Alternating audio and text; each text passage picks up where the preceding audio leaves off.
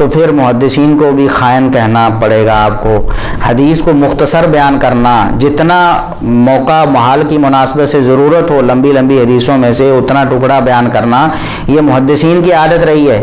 صحیح بخاری میں آپ دیکھیں امام بخاری رحمۃ اللہ علیہ نے بہت ساری احادیث کو مختصر بیان کی، بہت ساری احادیث کو. لمبی لمبی حدیثیں تھیں تو ایک ٹکڑا انہوں نے بیان کر دیا، جہاں انہوں نے استشہاد کرنا تھا، جہاں دلیل لینی تھی، جس ٹکڑے سے لینی تھی اتنا ٹکڑا ہی انہوں نے نقل کیا، باقی سارا واقعہ حذف کر دیا. بسا اوقات دوسرے مقامات پر موجود ہے اور بسا اوقات صحیح بخاری میں موجود بھی نہیں ہے، وہ دوسری کتابوں میں تفصیل آپ کو ملے گی. تو اس کو خیانت نہیں کہتے، اس کو 2 نمبری نہیں کہتے، اس کو چوری نہیں کہتے مرزا صاحب. یہ آپ کی خیانت ہے کہ آپ دوسروں کو خائن کہتے ہیں.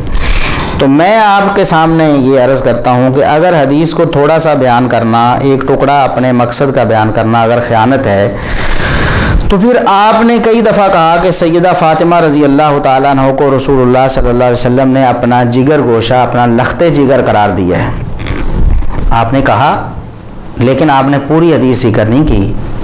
پوری حدیث اگر آپ نے صحیح بخاری میں 3729 نمبر لوگوں کے سامنے پیش کی ہوتی تو پھر آج شاید آپ اس کہنے میں صحیح ہوتے کہ علماء خیانت کرتے ہیں، آپ نہیں کرتے.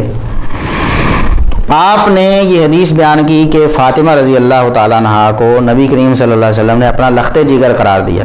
بالکل قرار دیا، لیکن کیسے قرار دیا؟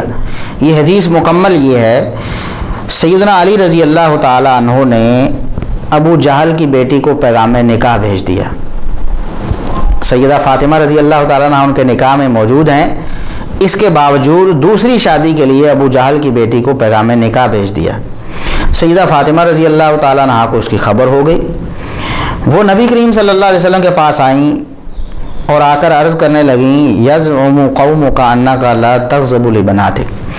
آپ کی قوم یہ کہتی ہے کہ آپ اپنی بیٹیوں کے حوالے سے کسی سے ناراض نہیں ہوتے، یعنی آپ کی بیٹیوں پر ظلم و ستم ہوتا رہے، ان کو دکھ اور تکلیف دی جاتی رہے، آپ پھر بھی غصہ نہیں کرتے. لوگوں کا یہ خیال ہے.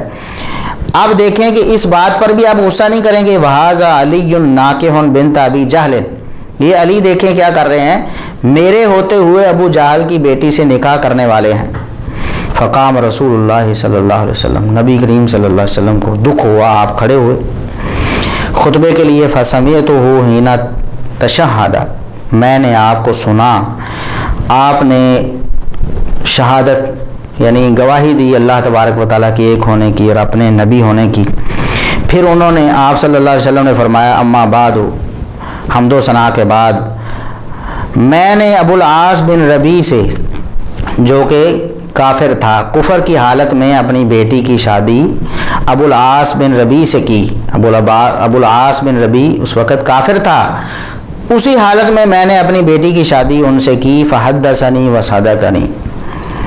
انہوں نے مجھ سے جو بات کی اس کو سچ کر کے دکھایا، جو وعدہ کیا انہوں نے پورا کیا. مجھے اپنی بیٹی کے حوالے سے ان سے کوئی دکھ نہیں پہنچا، حالانکہ وہ حالت کفر میں تھے. لیکن وَإِنَّ فَاطِمَةَ بَضْعَةٌ مِّنِّي وَإِنِّي أَكْرَهُ أَن يَسُوءَهَا. فاطمہ تو میرا لخت جگر ہیں، میری بیٹی ہیں، تو فاطمہ کو تکلیف ہونا مجھے بڑا ناپسند ہے. فاطمہ کو تکلیف ہو مجھے بالکل برداشت نہیں ہے.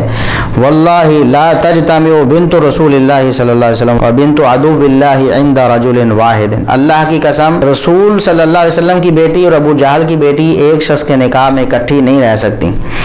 اگر علی تم نے ابو جہل کی بیٹی سے نکاح کرنا ہے تو میری بیٹی فاطمہ کو طلاق دے دو. میری بیٹی کے ہوتے ہوئے خبردار، ابو جہل کی بیٹی سے نکاح کرنے کی تمہاری جو خواہش ہے کبھی پوری نہیں ہو سکتی. اس وقت آپ صلی اللہ علیہ وسلم نے یہ بات ارشاد فرمائی کہ فاطمہ میرے جگر کا ٹکڑا ہے، میری لخت جگر ہے، اس کو تکلیف دینا تو مجھے تکلیف دینا ہے، اس کو دکھ پہنچانا مجھے دکھ پہنچانا ہے. اب کوئی شخص آپ سے کہے کہ آپ تو اتنی حدیث ہی بیان کرتے ہیں کہ سیدہ فاطمہ رسول اللہ صلی اللہ علیہ وسلم کے نزدیک آپ کی لخت جگر تھیں، تو یہ جو پوری حدیث ہے کہ سیدنا علی نے دکھ دیا معاذ اللہ سیدہ فاطمہ رضی اللہ تعالیٰ عنہا کو، اور نبی کریم صلی اللہ علیہ وسلم بھی اس پر دکھی اور غمزدہ ہوئے اور آپ نے خطبہ دیا اور علی رضی اللہ تعالیٰ عنہ کو تنبیہ دی، پھر وہ اس سے باز آئے. تو اگر کوئی ناسبی اسی کو بنیاد بنا کر سیدنا علی رضی اللہ تعالیٰ عنہ کی توہین یا گستاخی کرے کئی ناسبی ایسے ہیں ہم انہیں جانتے ہیں، وہ کہتے ہیں کہ سیدہ فاطمہ رضی اللہ تعالیٰ عنہا اور سیدنا علی رضی اللہ تعالیٰ عنہ کا رشتہ اچھا نہیں تھا، یعنی ان کے ازدواجی تعلقات اتنے اچھے نہیں تھے، بہت زیادہ لڑائی جھگڑا رہتا تھا گھروں میں۔ اور دلیل کیا؟ اسی طرح کی روایات۔ تو مرزا صاحب جس طرح آپ کٹ حجتی کرتے ہیں نا سیدنا معاویہ رضی اللہ تعالیٰ عنہ یا دیگر صحابہ کرام کی اس طرح کی خامیاں اٹھا کر جو انسان ہونے کے ناطے ان سے کبھی ہو گئیں، تو ان کو ان کی مستقل سنت قرار دے کر، ان کو بدعتی قرار دے کر، اور ان کو سنت کا مخالف قرار دے کر، اور ان کو دین کا نقصان کرنے والا قرار دے کر لوگوں کے ذہنوں میں وسوسے ڈالتے ہیں، تو پھر ناسبی بھی اسی طرح کرتے ہیں۔ آپ میں اور ان میں کیا فرق ہوا؟ وہ اہل بیت کے دشمن ہیں، وہ اہل بیت کے بارے میں ایسی غلطیاں اچھالتے ہیں جو ان سے انسان ہونے کے ناطے ہوئیں، اللہ ان سے راضی ہو گیا، ہم بھی ان سے راضی ہیں۔ صحابہ کرام کی غلطیاں بھی ایسے ہیں، اگر ان سے کوئی غلطی ہوئی انسان ہونے کے ناطے تو اللہ نے انہیں معاف فرما دی، اللہ ان سے راضی، وہ اللہ سے راضی۔ ہمیں ناراض ہونے کا، ہمیں ان کے بارے میں منفی کمنٹس پاس کرنے کا کوئی حق نہیں ہے۔